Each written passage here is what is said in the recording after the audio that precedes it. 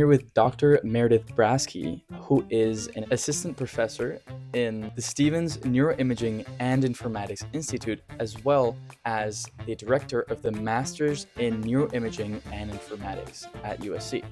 So, Dr. Braskie, what are some factors that may indicate that you can have Alzheimer's disease? Alzheimer's disease is associated with some different changes in the brain, including deposition of amyloid plaques, tau neurofibrillary tangles, shrinking of the brain, or atrophy. People ask me frequently, what can I do to help protect my brain from Alzheimer's disease?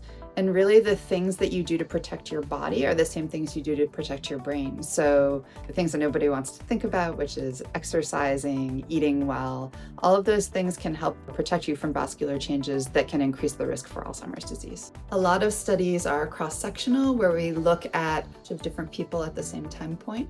And one of the things that it would be better to see more of is longitudinal studies where we're following the same person over time. So, Dr. Braskie, what is a way to see this cognitive function and to test for it? So to determine whether someone has cognitive impairment in a clinic setting, usually people are given cognitive tests. So they might be things like tests of memory or tests of how they're planning and executing tasks. Education plays a big role in this. So to some extent, those tests might be adjusted for someone's years of education. But to some extent, the quality of someone's education might matter too. If you are at a school that doesn't have as many resources, your ability to do tests might not be as good as if you're at a school that has lots of resources. So regardless of the years of education, just taking tests is an important part of how you're going to do on these cognitive tests. And that's another reason why it's really important to have longitudinal studies where you can see how someone's memory, for instance, changes over time rather than just looking at one time point.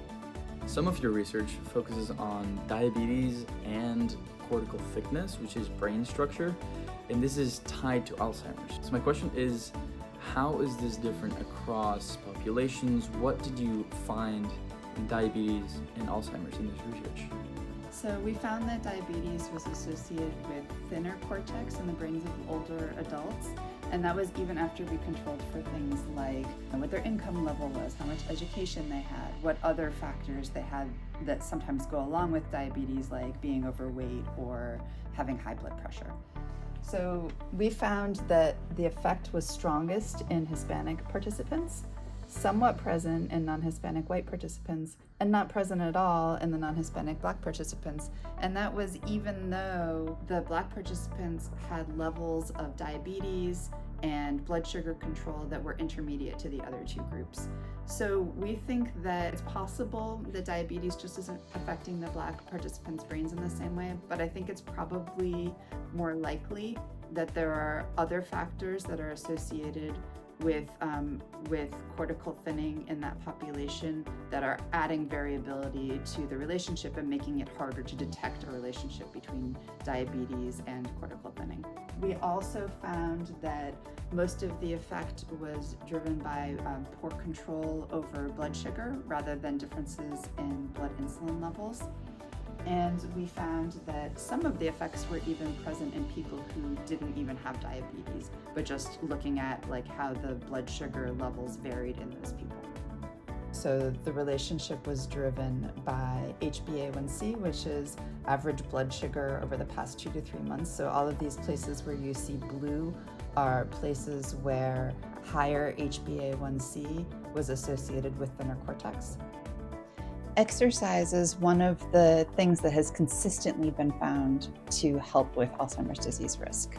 So it helps a lot of different things that are risk factors for Alzheimer's, like helping to manage vascular health, manage inflammation. It can help people to sleep better. It can help them to manage their stress and improve their growth factors. So, Dr. Braskie, let's leave our audience with a hopeful message about diabetes and dementia.